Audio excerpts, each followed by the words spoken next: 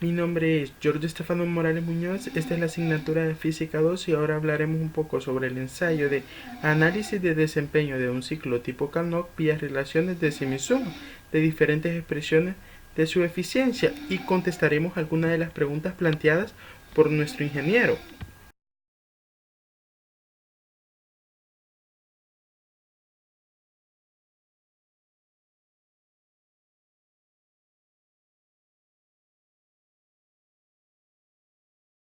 Sobre el análisis del desempeño de un ciclo típico Carnot vía relaciones de semisuma de diferentes expresiones de su eficiencia. Decimos, actualmente se ha aceptado como una alternativa para el análisis de ciclos termodinámicos las llamadas termodinámicas de tiempo finito, que inició su desarrollo con los trabajos pioneros de Nobisco en 1957. En el mismo año, Chambadal formuló la teoría con el trabajo de Curson y Arbor, que fue desarrollado en 1975.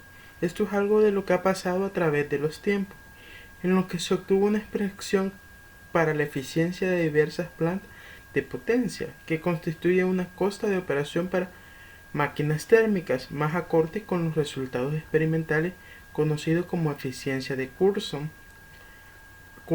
Arbor, Novice y Chambadal.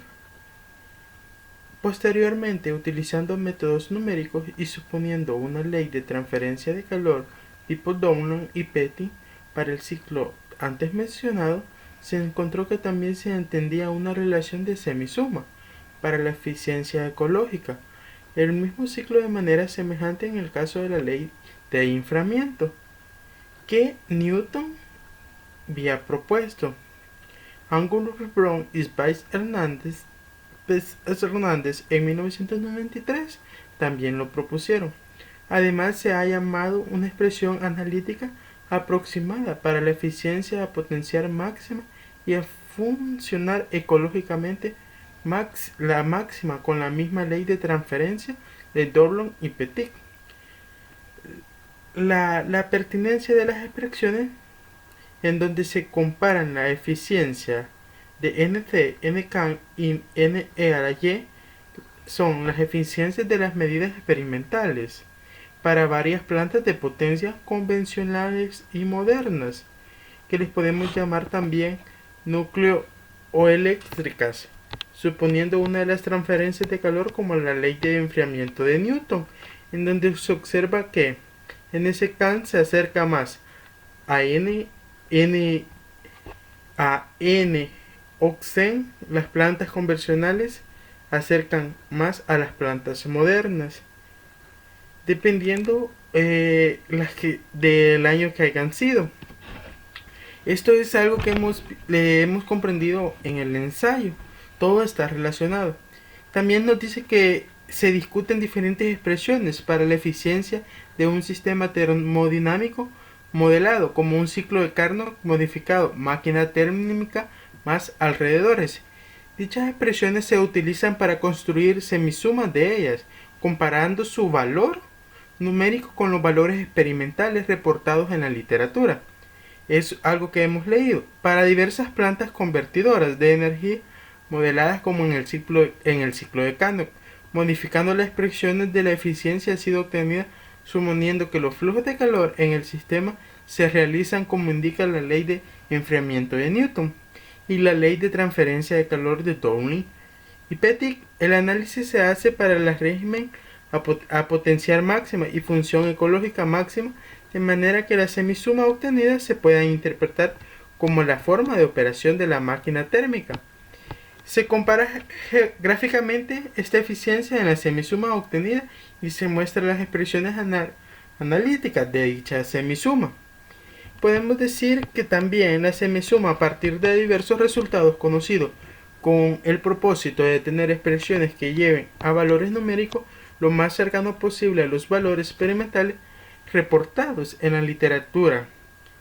Algunas de estas expresiones utilizadas son aproximadamente, pero en efecto proporcionar valores de eficiencia cercanos a los valores experimentales, medidos por las plantas convertidoras de energías convencionales, anterior a 1980 y modernas, núcleo eléctrico posterior a 1980.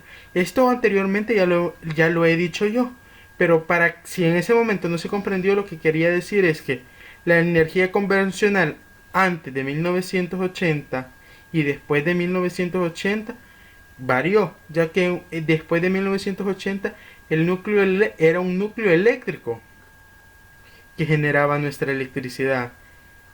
Se incluyeron tablas de valores para la expresión obtenida con el propósito de hacer una comparación numérica con valores de la eficiencia ya conocida y con la nueva eficiencia que se estaba generando.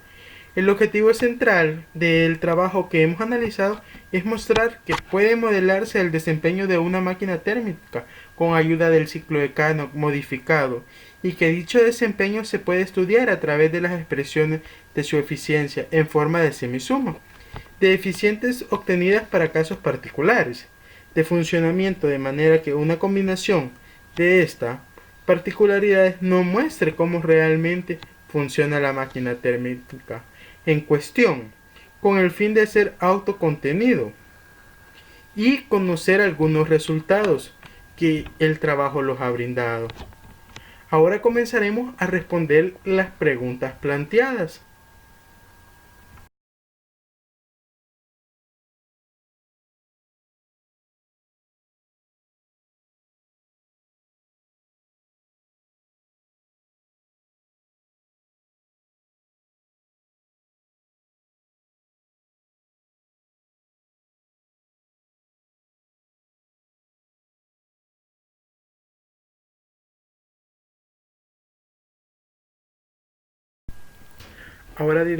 Ahora explicaremos, mejor dicho, en qué consiste la ley de enfriamiento de Newton y la ley de transferencia de calor de Dunning y Petit. Comenzaremos a decir que la ley de enfriamiento de Newton o enfriamiento newtoniano, como se conoce, establece que la tasa de pérdida de calor de un cuerpo es proporcional a la diferencia de temperatura entre el cuerpo y sus alrededores. La ley de enfriamiento de Newton o enfriamiento newtoniano nos ha dicho que establece la tasa de pérdida de calor dependiendo de un ambiente más frío cuya temperatura es proporcional a la diferencia entre la temperatura instantánea del cuerpo y la del ambiente. En pocas palabras nos dice Newton que el enfriamiento newtoniano depende de cómo esté el ambiente que nos está rodeando para poder saber cómo es nuestra temperatura. Esta expresión no es muy precisa y que consiste tan solo en una aproximación válida para pequeñas diferencias. En pocas palabras nos dice que no es tan precisa a la hora de determinar si la temperatura es exacta. En todo caso, la expresión superior es útil para mostrar cómo el enfriamiento de un cuerpo sigue aproximadamente una ley de decaimiento exponencial. Esta expresión en esta expresión que hemos, mejor dicho, planteado, nos dice que todo depende de cómo el ambiente que nos ha rodeado. Una formulación más precisa del enfriamiento de un cuerpo es en un medio necesitaría un análisis de flujo de calor del cuerpo cálido en un medio heterogéneo de temperatura. La aplicabilidad de la ley simplificada viene determinada por el valor del número de Boyce. Entonces nos dice que para poder hacer una formulación más precisa del enfriamiento de un cuerpo en un medio necesita un análisis de flujo para poder saber que está exacto o está con una precisión adecuada el cálculo. En la actualidad el enfriamiento de newtoniano es utilizado especialmente en modelos climáticos como una forma rápida y computacionalmente menos costosa de calcular la evolución de temperatura de la atmósfera. Nos dice que en la actualidad las empresas lo ocupan ya que es un modelo climático con una forma rápida y computacionalmente y es un poco no sería tan costosa a la hora de hacer los cálculos. Estos cálculos son muy útiles para determinar la temperatura, así como para precedir los acontecimientos de los fenómenos naturales. En pocas palabras, ya analizando, nos dice que estos cálculos son muy útiles para determinar la temperatura, así como para predecir los acontecimientos que pueden suceder como los fenómenos naturales. Isaac Newton publicó anónimamente este resultado en 1701. Él lo hizo en una de sus obras. Hoy comenzaremos a hablar, ya hemos hablado de la ley de enfriamiento de Newton. Hoy comenzaremos a hablar de la ley de transferencia de calor de Darling y Petit, ya que las dos son diferentes. Están relacionadas ambas una con otra. Decimos que el calor específico de un sólido igual que el de los gases y líquidos es en función creciente de la temperatura, tendiendo a cero cuando ésta se aproxima a los 0 Kelvin. El crecimiento de este calor a partir de los 0 Kelvin es inicialmente muy rápido, haciéndose después más lento hasta que se alcanza una temperatura que puede corresponder a la función de la descomposición a un cambio estructural. En 1819 los físicos y químicos franceses Pierre-Luc Dullon y Alexis Petit estableció la ley que lleva su nombre, de la cual ahorita estamos hablando, la ley de Dullon y Petit. El calor específico atómico de todos los elementos en estado sólido, con pocas excepciones, presenta un valor aproximado a los 25 joules sobre mol por Kelvin, cuando aumenta considerablemente su temperatura. Entendemos que por calor atómico el calor intercambiado por un átomo gramo de sustancia cuando su temperatura varía a 1 Kelvin y es igual al producto de la masa atómica del elemento por su calor específico como el número de átomos contenido con un átomo gramo de sustancia en el mismo número de Avogadro. Para todos los elementos se infiere que se requiere aproximadamente la misma cantidad de calor por átomo para producir el mismo aumento de temperatura en todos los sólidos. En otras palabras, el calor necesario para elevar la temperatura de una cierta masa de sólido depende solamente del número de átomos contenidos en ella, siendo independiente de la masa de cada uno de ellas. El resultado es extremadamente simple, sin importar el tipo de sólido cristalino. El calor específico se puede medir en joule por Kelvin y por kilogramos. La ley de Darling y Petit se cumple tanto mejor cuando más elevada es la temperatura, acentuando la discrepancia de los resultados experimentales a medida que disminuye la temperatura. Esta discrepancia solo puede explicarse en el marco de la física cuántica, así que la ley de Darling y Petit constituye realmente una ley límite en el sentido de que el valor de 25 joules sobre mol por Kelvin es el valor que tienen los calores atómicos de los sólidos a medida que aumenta su temperatura. No obstante, la temperatura ordinaria ya se alcanza en un valor aproximado para la mayoría de los elementos. Por lo contrario, hay elementos que requieren temperaturas muy altas para acercarse a ese valor. Podemos conseguir que los calores atómicos de los diferentes sólidos vengan expresados por una misma función. Hablando sin más que reajustar la escala de la temperatura, para ello expresaremos el calor atómico en función del cociente. Esta ley se puede aplicar en cualquier alteración de la distribución espacial de los iones o átomos o moléculas en un cristal, cualquier alteración en la estructura cristalina. Por ese motivo, el estudio de la discontinuidad o anomalías en los calores específicos constituye un método de exploración que permite detectar a menudo cambios de estructura o transformación electrónica, atómica o molecular. Por eso comprendemos que la ley de Newton y la ley de Darling-Petit están planteadas para diferentes áreas y son diferentes formas de comprender. Podemos también decir el caso límite, a pesar de su simplicidad de la ley de Darling-Petit, ofrece una buena predicción de la capacidad calorífica de los sólidos, con estructuras cristalinas relativamente simples a las altas temperaturas. Sin embargo, no es adecuado y falla en la región de bajas temperaturas, donde la naturaleza cuántica del sólido se manifiesta notoriamente. En cambio, en esta última región, el modelo de Davy, iniciando por una teoría más precisa que incorpora el efecto cuántico, fue desarrollado por Albert Einstein en 1907 y referido por Petit y fue referido por Pitik-Dibic en 1911. Representa una forma correcta de los datos experimentales de acuerdo con los datos de este último modelo. Sin embargo, el límite de baja temperatura, cuando los efectos cuánticos son importantes, la capacidad calorífica se aleja mucho más del límite de Dorough-Pettit. Con esto hemos hablado un poquito sobre lo de Isaac Newton y la ley de Dorough-Pettit. Cada una es diferente, una está tratada para predecir fenómenos y la otra es para las altas temperaturas.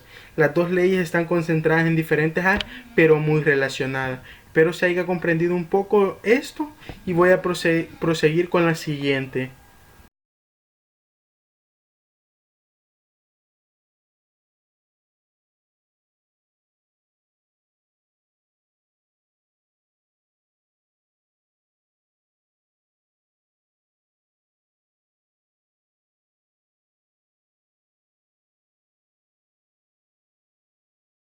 Ahora contestaremos la siguiente pregunta. ¿Cómo la semisuma obtenida se puede interpretar como la forma de operación de las máquinas térmicas?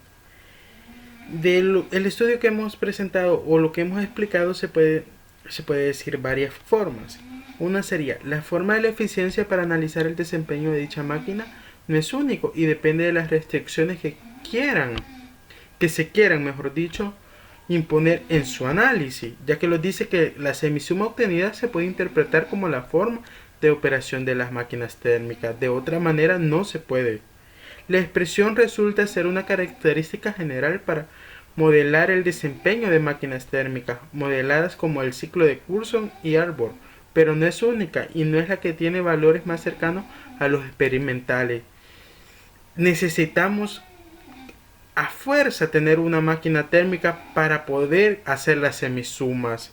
Es posible hallar una expresión analítica en forma de semisuma, con las restricciones que se quieran incluir para expresar el desempeño de una máquina térmica, modelada como en el ciclo de Coulson y Arbor, vía la expresión de la eficiencia hallada para esas restricciones en partículas.